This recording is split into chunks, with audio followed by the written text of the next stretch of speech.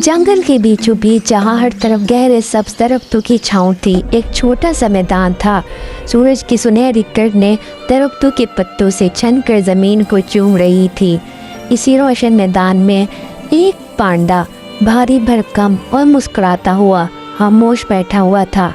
यूँ तो पू बहुत खुश मिजाज था, लेकिन आज उसकी मुस्कुराहट के पीछे कुछ गहरी सोच थी।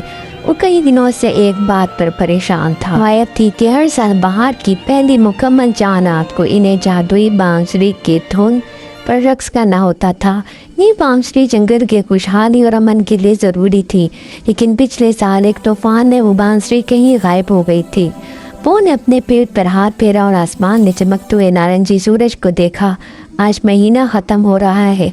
इसने दिल में सोचा, कल चांद रात है, अगर मैं बांसुरी ना ढूंढ सका तो कल जंगल का अमन टूट जाएगा। अचानक एक हल्की सी सरसराहट ने इसे चौंका दिया। झाड़ियों के पीछे से कोई चीज़ चमकी। वो खौफ और तजस्सुस के मिले जुले जज्बात से गर्दन घुमाई।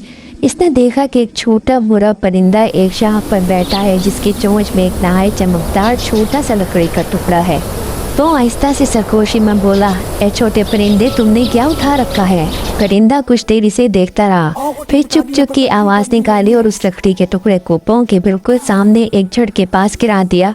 लकड़ी का वो टुकड़ा आम नहीं था, वो बांसुरी का एक छोटा सा टूटा हुआ हिस्सा था, जिस पर कदीम नक्शों ने घर बने हुए थे। वो की आंखें हैरत से फैल गई। उम्मीद की एक लहर उसके अंदर दौड़ गई। ये तो बांसुरी का हिस्सा है, इसने खुशी से कहा।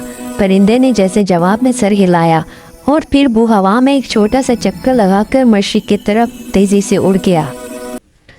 वो समझ गया कि परिंदा उसे कोई इशारा दे रहा है। इसने फौरन बांसुरी का टुकड़ा उठाया और मशरिक की तरफ चल पड़ा।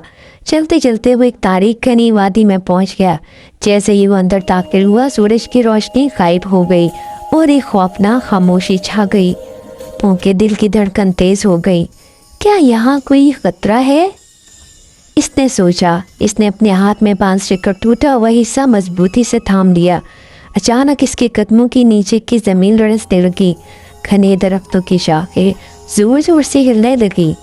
फिर एक ऊंची करजदार आवाज़ आई, जैसे कोई बड़ा कदीम जानवर जाग उठा हो। वो की आंखों में खौफ था, लेकिन फिर इसने सूरज की तस्वीर को याद किया जो उसने मैदान में देखा था। वो उम्मीद की अलामत थी।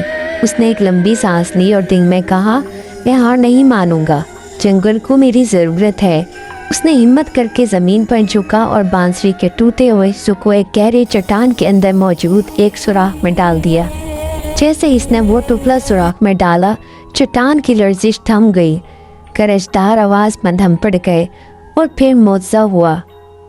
चट्टान की ऊपरी सतह पर रोशनी चमकी और आहिस्ता आहिस्ता दरारें पड़ने लगे।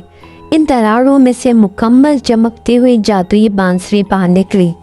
बांसुरी को हाथ में लेते ही वो महसूस किया कि जैसे जंगल का अमन वापस आ गया है। उन्होंने बांसुरी को सीने से लगाया और मुस्कुराया। बाहर सूरज की आखिरी किरणें इस तारीख वादी में झांक रही थी। वो जानता था कि खतरा अभी टला नहीं है, लेकिन अब इसके पास उम्मीद का हथियार था।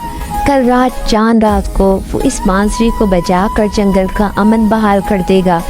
एक लम्हे का सस्पेंस अब एक बड़ी कामयाबी की उम्मीद में बदल चुका था।